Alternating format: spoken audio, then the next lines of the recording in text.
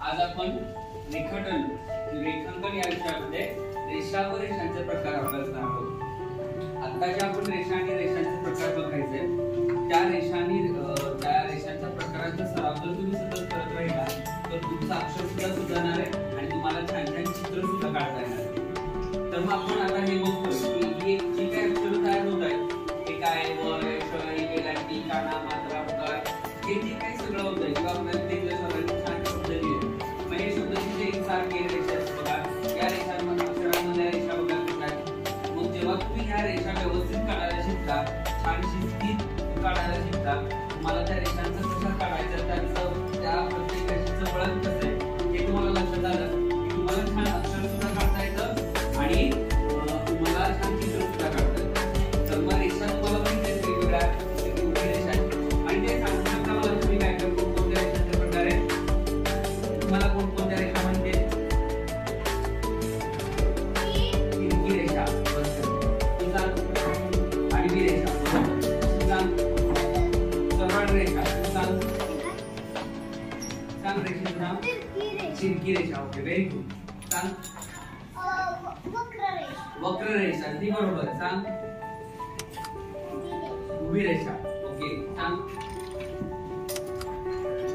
आडवी रेषा, बरोबर। ओके, छान, बस बस बस। आता तुम्हाला बऱ्यापैकी छान सगळ्या रेषांची नावं तुम्ही मला छान सांगितली। आता त्या रेषा नेमक्या काढायच्या कशा असतात की ज्याच्यामुळे तुमचं अक्षर सुद्धा छान होईल आणि तुम्ही छान चित्र सुद्धा काढू शकाल। हा, तर आपण ते बघूया। आता हे मी क्लिक करतो। आता आपण पहिली जी रेष बघायची आहे ती आहे उभी रेषा। कोणती रेषा? उभी रेषा।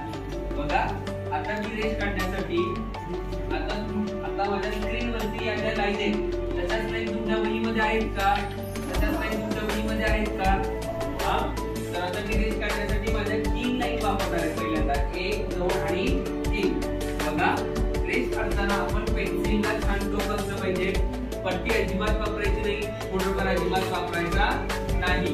रेष चुकली तरी ती रेष तशीच पुन्हा ती रेष काढण्याचा प्रयत्न करायचा आहे, ज्याच्यामुळे आपली रेष चुकलेली कशी आणि आपल्याला कशी करायची नाहीये आणि आता आपली बदललेली रेष सुद्धा आपल्याला लक्षात आलं पाहिजे।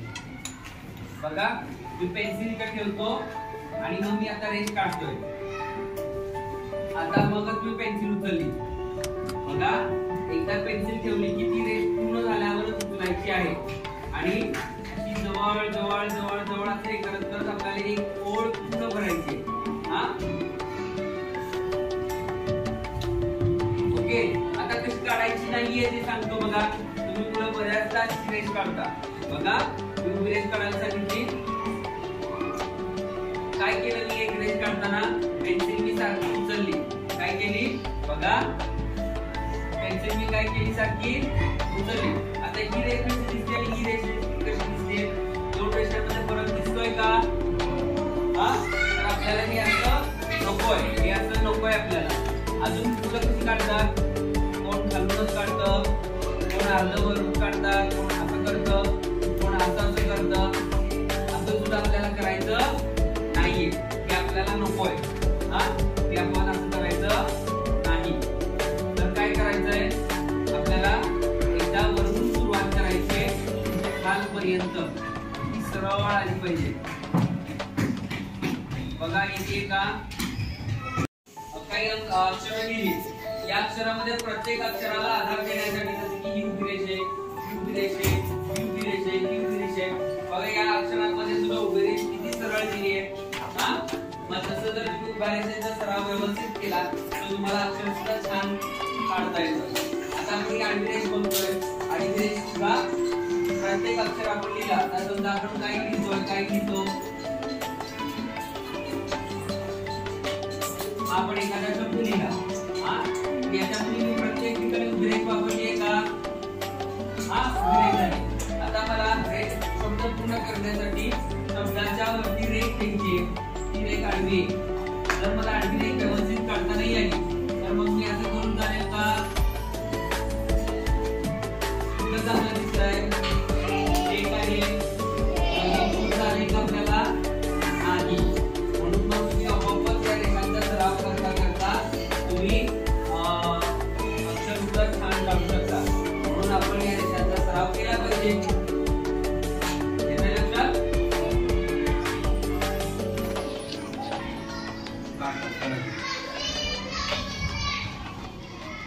पट्टी कुणीही वापरायचं नाही रेष काढण्यासाठी, रबर सुद्धा वापरायचं नाही.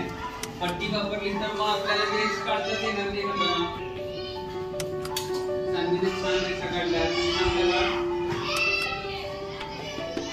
छान रेषा काढल्या, अजिबात रेष